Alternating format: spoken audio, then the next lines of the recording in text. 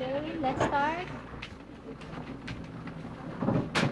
So we will focus on the blood vessels for this meeting, and the next meeting will have pre-love on the heart proper. Okay, what is this? Ah, ikaw eh. Dili ni siya koan, dissection. Half moon lang siya. So this is a cross section of your blood vessel, and you can see this one, the RBCs. So what is this? Is this old or new? Why?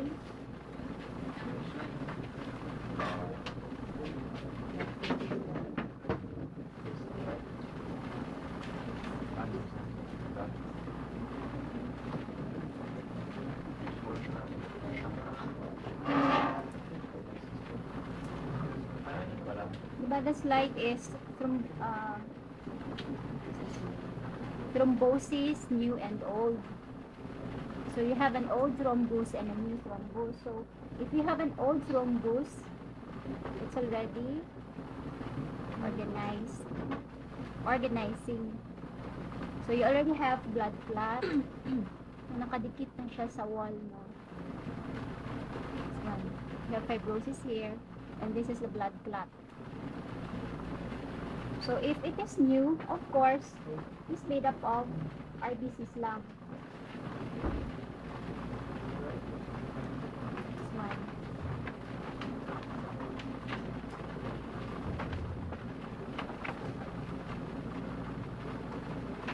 But anyway, you have seen this in the previous exercises, diba? You can identify this. Talo na lang tayo sa sa question. Okay. Next, we have here a lung tissue.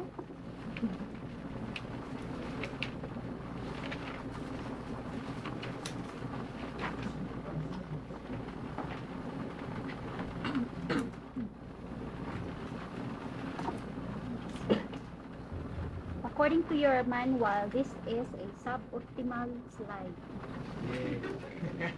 Suboptimal description.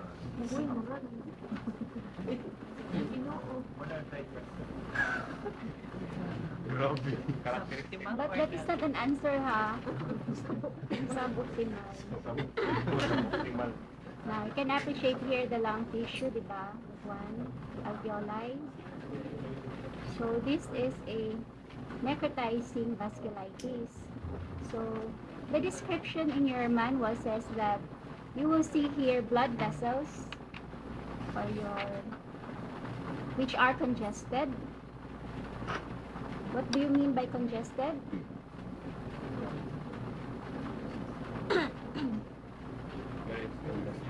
Oh, what is congestion? Oh, ano nakabarado sa kanya? RBCs. Kaya nga red siya. Kasi this is infiltrated with your red blood cells. This is your blood vessel. And then, most of your blood vessels here are congested. And you will also see lymphocytes. Infiltrates of your lymphocytes. So we'll just follow the description in your manual.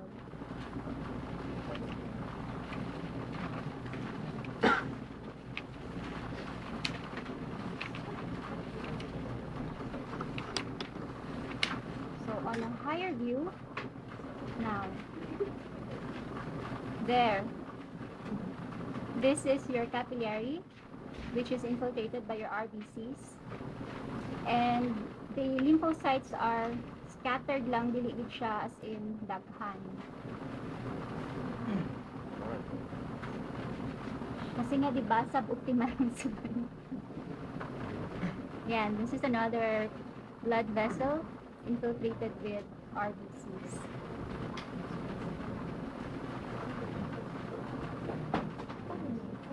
This one here, a network of your capillaries. 1, 2, 3. Dito pa. What are this?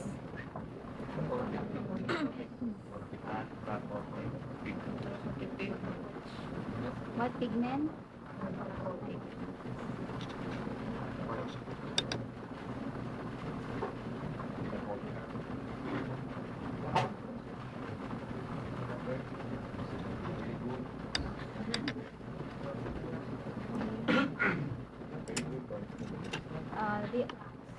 The next slide, this affects small and large vessels, usually common among elderly people. Temporal arteritis. What is the other name of this? Giant cell. Why giant cell arteritis? Because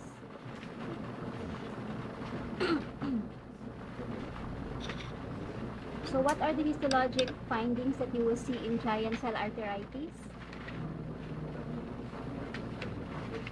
You have granulomatous inflammation. Where do you find the inflammation? What layer?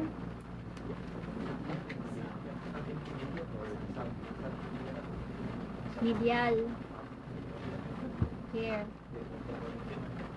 So, suboptimal na pod, no? The granulomatous inflammation will be seen in the medial layer of your artery, or the wall of your artery. And then, you can also see multinucleated giant cells. That is why it's called giant cell arteritis. But in this one,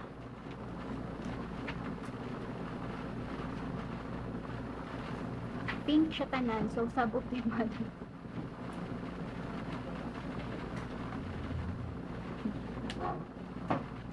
Wala ko'y ma-appreciate. Pero dapat mo na inyong makita, ha. And then, what happened to your intima layer? Describe. Thicken. That is why your lumen is reduced. Yeah, you have a small lumen. Intimal thickening and your granulomatous inflammation in your media. Where do you find your giant cell arteritis? Which temporal? Diba? Parang sa anime, naglabot sila rin. Ako na prominent kaayo. Mana siya.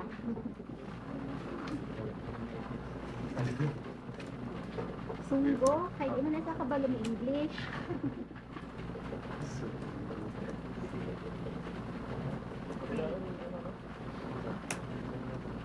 Next is,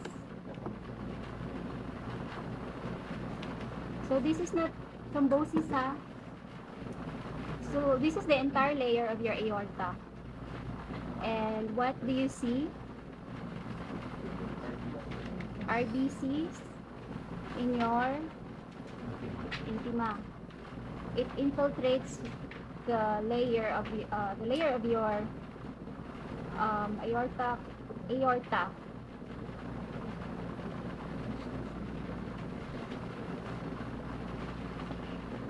And then what happened to your media? Their media. What is this? This one mas darker iyang color compared to this.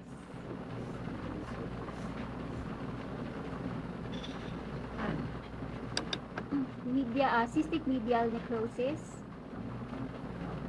Aside from the RBCs, in your media, you will see that there is scarring. So the smooth muscle cells are, they are already, there is dead. And there is increase of your glycosaminoglycan sa extracellular matrix. That's why para siyang homogeneous pink na lang siya or hyalinization. As compared to this, viable pa imong mga smooth muscle cells, you can still appreciate the spindle shape cells. While dito, parang ano lang siya, homogeneous pink. So eventually, this infiltration of your RBCs here will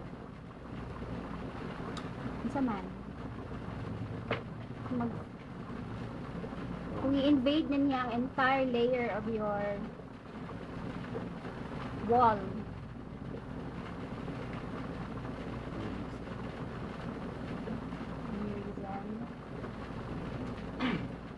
What else?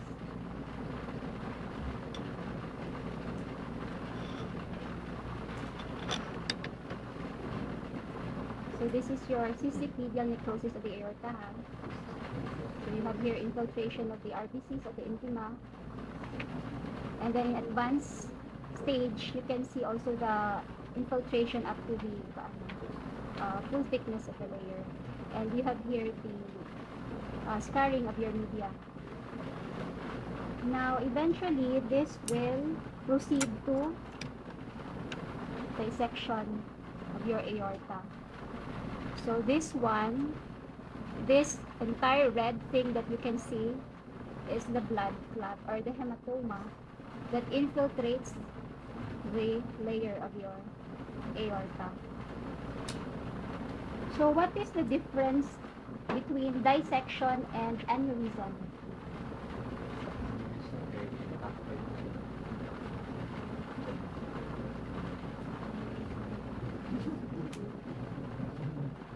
Ang dissection pala, what is dissection?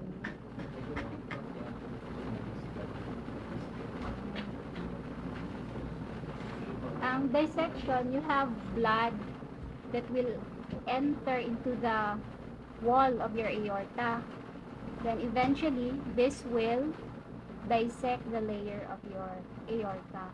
Whereas aneurysm, it is a localized collection of blood making the vessel dilated.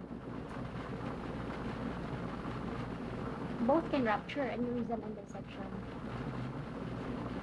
Kasi diba, ito yung intramural hematoma, pag i-infiltrate niya ng full thickness, of course, mag-rupture siya. And eventually, aneurysm, since you have here a localized dilatation of your vessel wall, dito, for example, let's say, ito siya. Eventually, mag-thin out man ang imong wall, mag-rupture din siya. This is a catastrophic phenomenon. Blood loss dayon, chugi.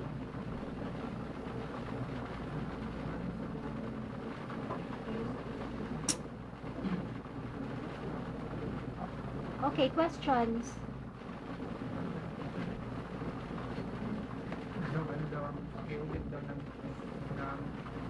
Dissection. So, sa dissection, you will see your wall that is infiltrated by a hematoma. This hematoma will infiltrate the layers of your wall. So it may start with the intima, going to the media, then entire thickness. Causing dissection, it will dissect the layer of your wall. Pahaba siya. Ang aneurysm naman, for example, if this is the blood vessel, this is the wall, it is just a local, localized abnormality in your vessel wall. It is dilated. For example, ito, this area here. Ito siya, normal siya diri. Tapos, pag-abot diri na siya dilatation made up of your RBCs. But it will not infiltrate the layers. This will, kasi if you can see here, yan diba? Napikas na siya.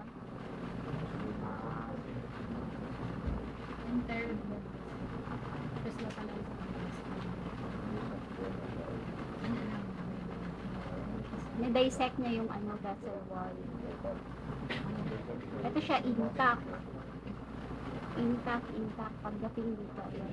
And this is the intramural hematoma. Okay? So that ends our pre-lab for the blood vessels.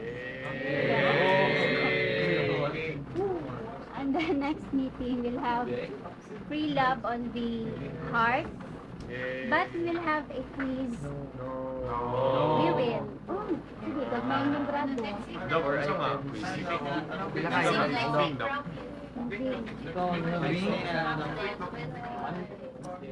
Wednesday na lang, Dok. Dili, kaming sa akin. About sa karon, Doc. 5 lang, times 2. Card slide. Kaning mo. Ha, para... Yan lang yung manok. Big daw.